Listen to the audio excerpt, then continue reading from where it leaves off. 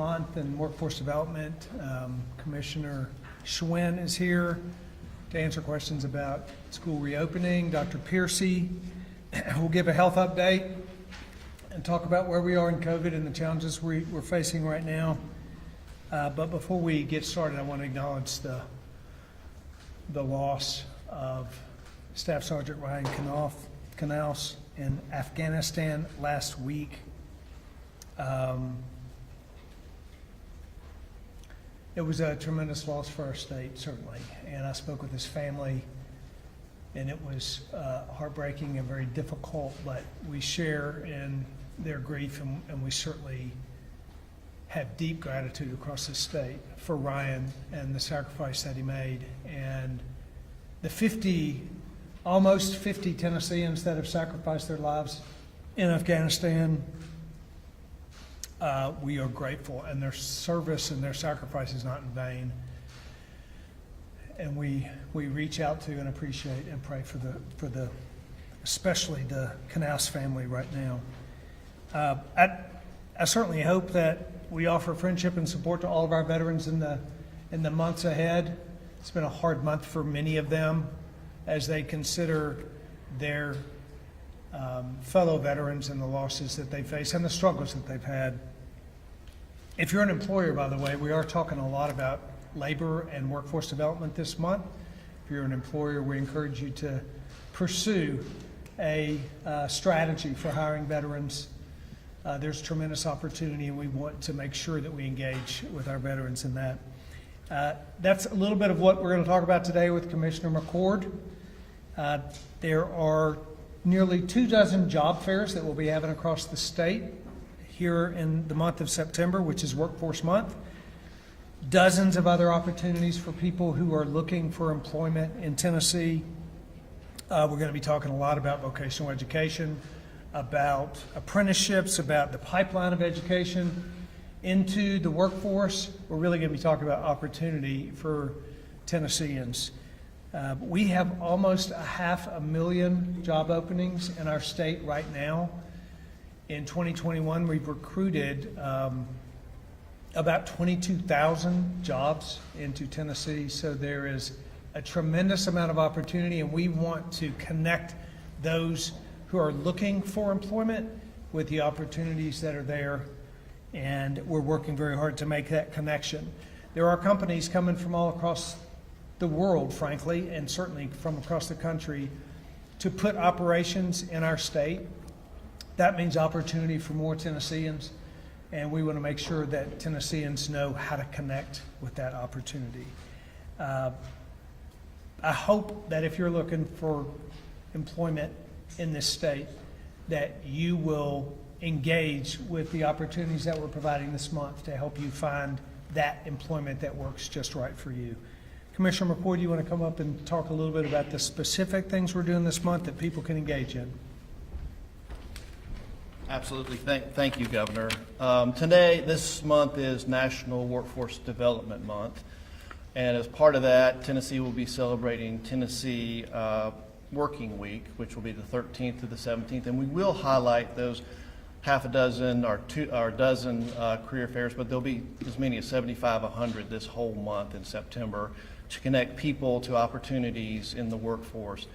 Workforce development is always a high priority for the state of Tennessee, but with the Bureau of Labor Statistics continuing to report record level, historic level job openings, it's even more the forefront than it ever has been. And we work on this every day from things we hear about job fairs and our investment in technical education, but for example, Tennessee has now more apprentices than we've had in over a decade. After we established the Office of Apprenticeship, we had about 100 and 150 of those every month.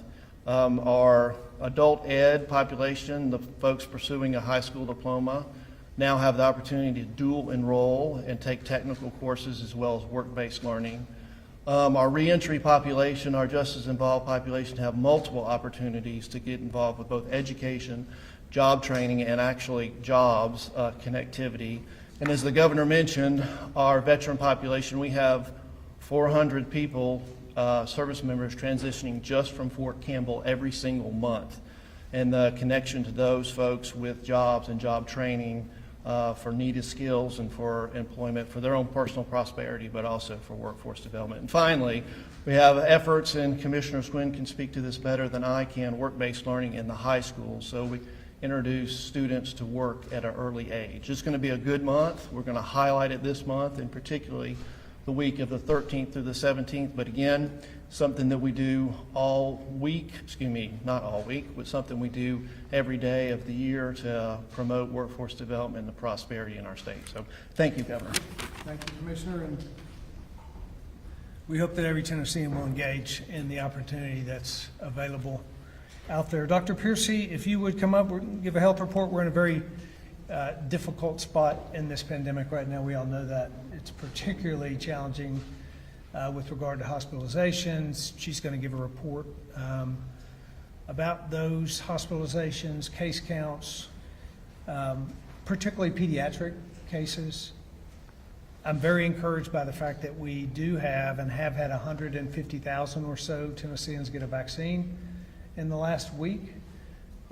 This is the best tool we have to fight the pandemic, and we encourage Tennesseans to get a vaccine. But Dr. Piercy, why don't you give your report? Thank you, sir. I will start with an update on hospital capacity. Yesterday, we hit 3,500 hospitalizations statewide, which exceeds our wintertime peak of 3,300. Our ICU cases are now 20% higher than the winter peak, and our ventilator use is 40% higher than our wintertime peak. Our hospitals are in dire straits. Fortunately, our hospitals in Memphis and West Tennessee are starting to see a little bit of leveling off. They are still critically full, but they are starting to see it slow down just a little bit. That makes sense because it started in the Memphis and West Tennessee area, mostly because of their proximity to Arkansas, Mississippi, and Missouri. But what we're now seeing is that the hospitals in Middle and East Tennessee are starting to feel that strain that West and Memphis hospitals felt a few weeks ago. We now have National Guard deployed to 16 hospitals statewide, and a few days ago we released $10 million in funding to assist hospitals with staffing. I want to remind you what you can do to help hospitals. Sometimes it's easy to think that's a hospital problem, that's a state problem, that's somebody else's problem. It's actually everybody's problem. And what you can do is, if you haven't been vaccinated yet, get vaccinated now. We still have close to 90% of all COVID patients in the hospital are unvaccinated. Something else that you can do to help hospitals is don't go to the emergency room unless you have a true emergency. A lot of people are in the habit of going to the ER when they need a quick test or they need just some reassurance. Please use another setting for that kind of testing, whether it's an urgent care clinic or your doctor or health department. We're starting to see some standalone testing sites being popped up. Please use one of those. And you know what I'm going to say next? Don't forget about monoclonal antibody. It should be your first call after you get that positive diagnosis. It has significant reductions in progression to severe disease, but you have to get it early. The good news is that it's starting now to be also given in outpatient settings. So in addition to the 70+ sites we have on our website, most of whom are hospitals, you now have availability in some doctors' offices and other standalone sites, so be on the lookout for those. And one other thing that we haven't talked about before as it pertains to monoclonal antibodies, kids down to age 12 can get monoclonal antibody as well, particularly those high-risk kids. And they're the same high-risk categories that we see in adults. So diabetes, severe asthma, obesity, and in children, Down syndrome, genetic conditions, or heart disease, congenital heart disease. I had the opportunity to be on site at East Tennessee Children's Hospital in Knoxville this morning. They've given over 100 monoclonal antibody treatments to children, and to date have only resulted in one hospitalization of those kids. Speaking of case trends overall, our case numbers do continue to rise. We are currently averaging about 7,700 new cases per day. I do want to alert you that today's numbers are going to be artificially low. We had an aberration in our data pool, so you're going to see probably in the 3,000 plus range today. That will be caught up tomorrow. So I wish that were good news today, but it's actually just a little bit of interruption we had in our data pool, so I wanted to alert you to that. Like last week, over a third of the cases, right now 38.5% of the cases in the last week were amongst children. I'll leave you with some good news. Vaccine uptake continues to increase. Across the state, we're seeing increased vaccine uptake across all age groups, with the biggest increases in the 12 to 15-year-olds and the 16 to 20-year-olds. I want to give particular shout-outs to Van Buren County and Hancock County. In the last 7 days, the vaccination rate has increased by 70% in Van Buren County and 50% in Hancock County. Keep it up. I really want to challenge the other counties, particularly the rural counties. I want you to go after those numbers too. People all across the state are starting to take vaccine that have been hesitant. It's time to do it now. And let me give you one other reason to get vaccinated now. You start to get some protection within the first 10 days after getting that vaccine. You're not fully protected yet, but don't think we're in the middle of a surge and it's too late for me to do it. It's not too late. Get your vaccine today. Thanks. Why don't you stay up here, Dr. Piercy, just in case we, Commissioner Swin, will you come up too, just in case we have questions around school opening? And Commissioner McCord, if we have questions, I'd like you to be available too as well. So thank you all for joining us. A lot of topics, and we're grateful for your providing information to the public. So let's get started with questions. Actually, I have a question for Commissioner Schwinn. I have a question about the video that was on the Tennessee Department of Education you guys put on your Facebook and Twitter page yesterday. Do you feel like that was the right message? You're talking about the smell of fresh books, clean hallways, but meanwhile we have school districts temporarily closing, parents terrified to send their kids to schools where they don't know if other students will be wearing masks. Was that the right message in that video you made? Yeah, so I think it's an important point about where we are in terms of school reopening and frankly the critical nature of adult leadership. And so we've talked a lot about things like mental health during this pandemic. Our children are on their first days of schools. And when we look at people across the country, whether they're other state chiefs or district leaders, it's really important for us to both hold and acknowledge that this has been really, really hard. And every day when I'm talking to folks, I acknowledge it's really hard. I'm experiencing the same things in my own family. And just like across the state, my little girls went to school. And as their mom, just like as teachers do every single day, we have a responsibility to take that energy and say, we want this to be a good day for you. And so yes, it has been really hard. The pandemic has been very challenging, and we've been talking about it for 1.5 years, and it's still the first day of school. And we have got to find a way to balance and say it's okay to hold both the joy of a new school year for the 1 million kids who are going to school every day and hold with us the challenges of a pandemic. The only other thing I want to say is our Teacher of the Year from last year did a speech at our banquet. We had a big banquet for Teachers of the Year. And her entire speech was about how important it was for our educators and our leaders to hold the positivity, especially when it's hard. And I think teachers do that every day, and I want to be able to follow their lead, also understanding how challenging it's been this year. Governor, Tennessee is leading the nation in COVID-19, #1 per capita. Are you being negligent in hamstringing local school districts' abilities to keep kids safe by wearing a mask, and most importantly, keep kids alive? Yeah, we're in a very difficult position in our state with regard to this moment in time for the pandemic. As you know, it's particularly with this variant, it's moved from state to state, multiple states leading the charge. Now we're in the spot that has the highest case per capita. That makes us all very concerned, and we're particularly interested in the health and well-being of our children. And districts do have the ability to impose a mask requirement in any school district across the state. And as I've said to parents, for those who have children that are 12 and over, you have the ability for your kid to get vaccinated. You ought to consider that. Every parent has the ability to send their kid to school with a mask. They ought to consider that, and I hope they'll do it. Governor, are you changing your tune on that? Are you saying that local school districts can require masks and that your executive order will not allow students to opt out of mask mandates? The law allows, and we allow, school districts to impose a mask requirement in their district. But the law also allows for a parent to have the ability to opt out of that mask requirement, and that still exists. We have multiple districts that have imposed mask requirements, and parents have the option to opt out of that. But we actually are seeing high levels of adherence and a lot of kids wearing masks in those districts.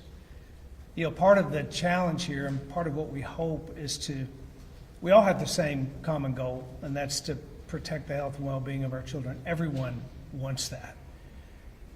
We want to develop strategies that develop the greatest adherence for protective measures. And we think we've done that with the strategy. And one last question, Governor. You mentioned Afghanistan a couple of times. And the last time you were asked, you didn't really answer this. Will you accept, yes or no, Afghan allies and people who help troops in Afghanistan? Allies of ours that were Afghans. And refugees? Absolutely, we should stand with them as they have stood with our men and women of the military. So. Hi. So, like Gerald mentioned, Tennessee is seeing its metrics continuously worsening, especially among children. Just now, Commissioner Pierce said about more than 38% cases are among children. But you have allowed for the opt-out order. So, does the state plan to do more than that, more restrictive measures to curb the spread of the virus anytime soon? We do think that the strategy we're taking is the one that is the way forward, that best navigates the circumstances we're in, and that allows for adherence across the state, gives parents the ultimate decision-making process with regard to their health, the health and well-being of their own children, but advocates for them to use the tools necessary to protect kids. So we don't have any plan to change that going forward. We are working really hard to protect the lives and livelihood of those kids. Phil? A follow-up question. So over the past, few press briefings, you have encouraged, vaccination. Commissioner Pierce has encouraged vaccination. You have encouraged parents to protect their kids, but we continuously seen the metrics, the numbers going up. So what more needs to happen for the state to take a different approach, to take further mitigation measures, to do something else? Yeah, more people need to get vaccinated. More funding needs to go to hospitals to provide for staffing assistance, which we released last week. More flexibility needs to be provided for hospitals, which we've done in previous executive orders, and we'll consider that moving forward, opportunities to do that. There are a number of efforts that our folks are taking every single day to try to navigate our way through this crisis, and we will do so. Governor, you said that school districts can impose mask requirements, yet you also say that parents can opt out. If it's a mandate, parents should not be able to opt out. Why should Tennesseans not view that as political doublespeak, where you're trying to have it both ways? Yeah, I think what we're trying to do is to provide for as much protection as possible and provide for the rights of parents to have the last say in their children's health. So we think there's a way. We think you don't have to exclude. You don't have to have either or. We really believe that you can find a way forward that allows for the best adherence possible, and that's what the strategy is. So why not just say that schools cannot impose a mandate, because that's essentially what your policy is. It's a recommendation. Yeah, so we think that if schools impose a mask requirement, that there are a number of parents that then will be alerted to the circumstances in their area, and that it might, in fact, increase adherence to that policy. We believe that masks work, and if you want to protect your kid against the COVID virus, one tool that you would have is just introduce the school with a mask. That's why we encourage people to do that. And that's why we continue to give districts the opportunity to impose those. You received a letter recently from the head of St. Jude's Children's Hospital. You met yesterday with representatives of the Tennessee chapter of the American Academy of Pediatrics. Those health officials say it's not enough just to send your child to school with a mask, that universal masking is required. Why are you not heeding the advice of those medical professionals? Well, first of all, I very much appreciate their outreach, and I have had dialogue with the head of St. Jude and other health officials across the state, and do that on a regular basis. And had a conversation with the pediatric group just yesterday. I value their input. We had a very productive conversation about how it is that we share out the desire for outcomes and how complicated this is going forward. So I value their input. We use it in our decision making and will going forward. But you're not following their advice on universal masking. We agree that we don't agree on every issue, but that there are many things we agree on and we're going to try to work together. Yes. There have been multiple school districts now asking you to put in order to allow them to do continuous learning plans. Are you willing to listen to them and give them more flexibility in their decisions to go? I think we've worked really hard to give flexibility to schools with regard to quarantining cases, and we worked really hard last week to develop that strategy going forward with the goal of keeping school districts open and to not returning to district-wide virtual learning across our state. We think it's very important to be in person. We think most districts believe that, and frankly, they're all working very hard. But a lot of districts are now using stockpile days instead of going remote. Do you think a stockpile day is better than remote learning? I think that the way forward is difficult for districts, and we're trying to give them unique flexibility to operate that way. Penny, do you want to add to that? Yeah, so I think a couple of things. The waiver process obviously was started about a week ago, and so districts who are choosing to use stockpile days, that is a local choice. They still have the option of submitting for a waiver to the department at the classroom or at the school level, and they can choose to use a stockpile day at the school level or apply for a waiver. We've received 15 waivers. 3 of those were not necessary, actually, because existing policy would allow for them to quarantine the school or the classroom at that individual student level and scale. The other 12 that we've received, we've approved 10 of them. Now, there's a lot to talk about too, but 10 of the 12 have been approved. I was on the phone with superintendents yesterday, middle of the night actually yesterday, as well as throughout today. And they are actually asking more for strategies about how to stay open and flexibility should they need them. And so certainly that conversation is ongoing, but there are lots of options that they are utilizing right now, and the waiver process is one of those. So it's a local choice for those individual schools, but not for district-wide remote learning. That's right. I think it's important we take a scalpel and not a sledgehammer approach. Someone really smart said that to me a few weeks ago. And so we want to make sure that this year, especially looking at students and the critical need of them to be in classrooms, to make sure that they are moving forward academically, that they are getting the supports that they so desperately need in many cases, that we're keeping schools open. And so instead of having a district-wide approach, saying we've made a commitment to families in the state to offer in-person learning throughout this year, but as a result, we want to give districts that flexibility at the school or the classroom level if they need it, but not in these broad brush strokes.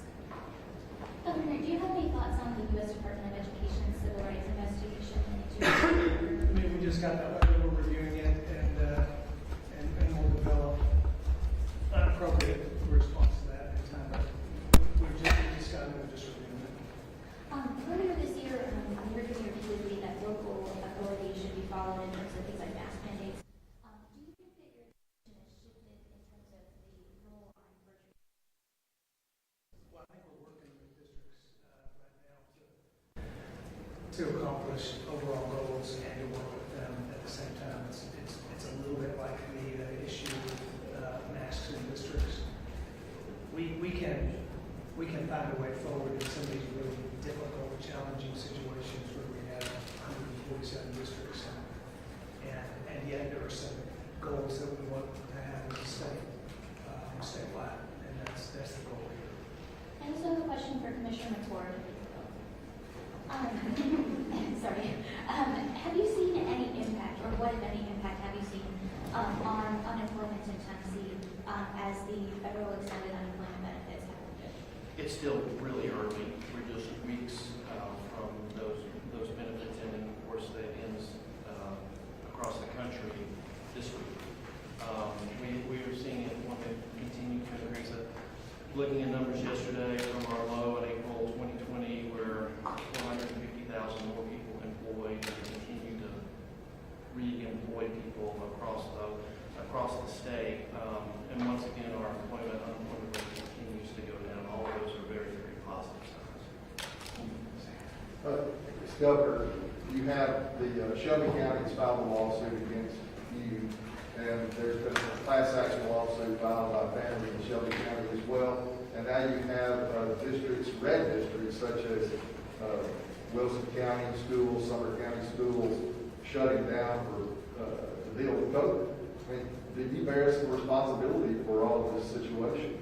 Yeah, my responsibility is to work together to make the best decisions in our state that we believe will benefit museums as we navigate through what is a very difficult situation. To work with school districts, to work with parents, to work with people across the state. That's what we're doing. But you don't feel like your policy has led to this situation, especially with Sumner County and Wilson shutting down? I think a pandemic has created a large number of infections across our state. A pandemic that swept through the globe. And I think we see that in school districts. We see that in cases of pediatrics across our state. We see that in schools having to make difficult decisions about how to keep classrooms open and closed. This pandemic has wreaked havoc on the world, and it's doing the same thing in our state, and we're doing everything we can to battle that. Yes. This question is both for you and Commissioner Schmidt. You both said that you've given school districts options to pivot schools to remote learning, options to kind of mitigate what's going on when teachers and kids are out. I spoke with a school leader yesterday whose waiver was denied, and this is a small district, 7 schools, they didn't have enough staff. So they closed regardless. So in your opinion, is it better to just close completely for 2 days versus remote learning? Or what's happening with that lack of instruction for those 2 days? Yeah, I think these are very difficult decisions that we're trying to help districts make as they go forward. Do you want to address a specific waiver? Yes, so we have approved 10 waivers, as I said, we denied 2. Of the waivers that were denied, one of those waivers, it was 50% of their students were in quarantine or isolated, but 100% of the teachers, per what was submitted by the district, I can't know any consent when they submit, 100% of staff was available in the building. In that case, I've got 50% of students whose parents are going to go to work and they can be in person for learning, and all of the teachers are in place. So that was denied for that reason, because 50% of kids deserve to be in person if they can be. In another case, we had a scenario where there were 3 different school situations. In all of those, it was less than 10% of the students who were absent or were going to be absent, and in all of those cases, it was 10% or less of the teachers. And so that was one, again, where you could see a number of things right before holiday week, and we see similar trends. And when we thought about what was important for those 90 to 98% of kids who needed to be in person that day, we made the call of saying, yep, that isn't one that seems to warrant a full school closure. If the district makes the decision to close anyway, again, that is something that we decided at the local level. The other thing that I want to emphasize is that districts should continue to talk about this every Wednesday on our superintendent call, should continue to maximize the mitigation strategies they have in front of them. I think seating charts and cohorting of students is another thing that we need to see more of. It limits the amount of different contacts within a school day, especially for our little babies who tend to run around and do all sorts of things on the carpet. And so we want to make sure that we are mitigating as much as possible. But those two were not approved. The other 10 were. Just to follow up, I mean, if a district has said, look, we don't think we can operate, this is our local decision, and the state says, no, we think we can, but they close anyways, and this is not a Shelby, this is not a Davidson, this is a small rural county, does that not tell you that maybe the state is not providing enough support to that district? Yeah, what we talked about with districts, and I actually think there's a really good example in East Tennessee, another small, relatively rural district. Their original application, the information they provided, did not provide enough information for us to approve it. We actually got in contact with the superintendent directly. The superintendent said, look, I didn't I didn't think to say all these other things. And I said, that is wonderful. Can you just actually make sure that we know that, because we don't know what we don't know. And then the application was approved. And so part of that is just making sure that if you are telling the state, this is where we are, that we're able to respond appropriately. The other example I would give is bus drivers. We know that there's a shortage of bus drivers across the state. There was before COVID, there will continue to be. And that might mean that you have 99% of your staff in the building, but if you cannot actually physically get kids to school, that is a reasonable thing to ask for an accommodation for. And so again, we can only know what's in front of us and not make assumptions. And so I encourage superintendents to ask for a waiver whenever they feel like they need one in lieu of shutting down schools altogether. But just make sure we know what it is that's in front of us. So to be clear, do you believe that the state is supporting districts to adopt their ability currently? I believe that the waiver process provides yet another option for districts in terms of flexibility at that very small grain size for students, and that it is not a district-wide solution, so I would not characterize it as that. Laura? Yes. So you're encouraging people to wear masks or send their kids to schools in masks. Science is clear that universal masking works best, and yet you also talk about parental choice. Of course, all the parents who send their kids to school in masks, they believe that their kids are at risk because other parents are choosing a path that you allow them to choose. So, what about their freedom to have their kids protected and safe? There's a tension there.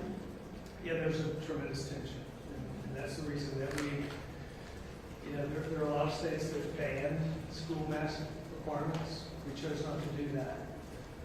We want parents to have the ability to have their kids go to school with masks if they want. We want parents to believe that it's in the best interest of their children not to have that right as well. There is tension, and this is difficult, and there's a lot of disagreement, and there's a lot of angst in this country around a lot of issues that are very hard for people right now, and we're doing what we believe is the best way forward.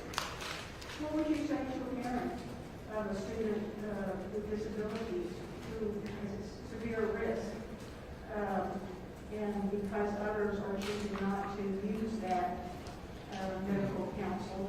I would say, it's very difficult, very challenging situation we're in. We actually also have a group of parents I think we've seen across the country with autistic children who they believe cannot keep a mask on and are being discriminated against with mask mandates, and children who are deaf and can't learn to read without understanding and seeing what lip movement looks like. This is very difficult stuff. There are very great challenges around how it is that we keep kids in school safely. And we are working really hard to make sure that we hear from parents, that we provide. At the end of the day, I will say, I still believe that a parent is the best decider of what is appropriate for their child.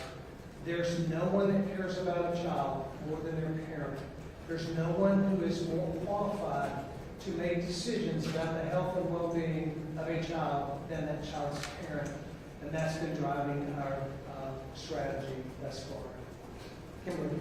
Switching topics just briefly, the Supreme Court has declined to weigh in and stop the Texas abortion ban, supposedly an entirely abortion ban.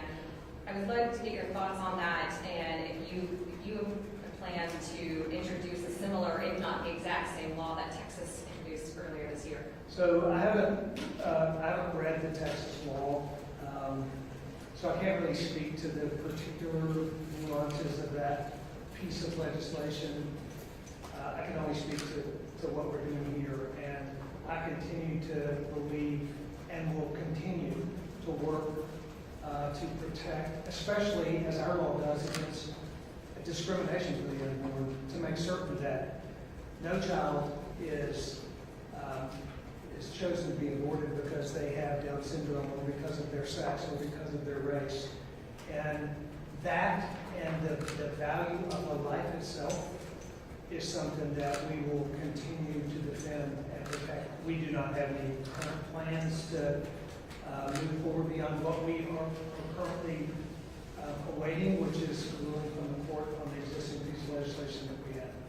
Are you hopeful that last night's decision will mean that Tennessee's current legal battle, or we have similar laws that are fighting for this, will mean good things? I'm just hopeful that the things that we do in Tennessee will protect the lives of the unborn. That's what I hope, is that the unborn are protected in any way that we can see that protection for them in the state. Governor, we have time for a few more questions, so just want to make sure everybody's mindful of time. If the Supreme Court does not change their thoughts on Tennessee's law, will you then want to adopt what Texas has? Well, I have no idea what's going to happen in the future. I'm only following what's happening right now. The only one I know about and know the details of is our law. That is currently before federal court, and so much is left to be known about that. We'll wait and see what happens. Governor, there's been a lot of talk about the opt-out, but also the truth is that Nashville, Davidson County public schools, parents who have tried to opt out have been locked out of the school. And I sat with a group of them the other day, and they're kind of wondering, they took advantage of their opt-out clause, and they feel like they're being persecuted over and locked out of school, and wondering if you are going to support them in any way, with this order being defied. What I believe is that districts should follow the law, and the law in the state is that there should be an opt-out, and parents should pursue that with their local school district and local school. And a follow-up, I wonder if you've developed a position on purpose painting. I know you've seen the full Innocence Project like I have. We've talked about this in the past, but the two prongs in this, one is the lack of evidence, the missing evidence, the fact that this man has an intellectual disability. It seems almost shocking to a lot of people nationwide that he is even on death row. Yeah, we passed a piece of legislation last year that allows for the evaluation of that mental capacity with regard to death row. That would apply to his case. So it's unfinished in his case at this point, but we're watching that and we'll continue to watch it. Okay, Governor, just to follow up on the opt-out in Davidson and Shelby, is there going to be any consequences as far as you're concerned for the two counties who don't adhere to your executive order? Well, we certainly hope that they will adhere to the executive order. We haven't explored next steps for that. We have no. I was asked earlier if we're going to file a lawsuit against those districts. That's not, the state doesn't do that. If a parent has a problem with a district, then that is for the parents to take up with that school district, not with the state too. But we don't have any plans to pursue that as a state. But we do believe that what we'll see is that challenge. Well, you might not pursue litigation, but you could pursue legislation. Presumably, you could seek retribution against those districts. Come to legislation. Well, that'll be up to the legislature when they're in session and they make decisions about a number of things. They will look at a number of alternatives, and that'll be up to the legislature. All right, Governor, that's all the time we have. Thank you. Thank you so much. Governor, you mentioned the fallen soldiers, you mentioned the fallen teachers. Do you plan to mention any of the teachers that have already died in Tennessee? One in Sumner County.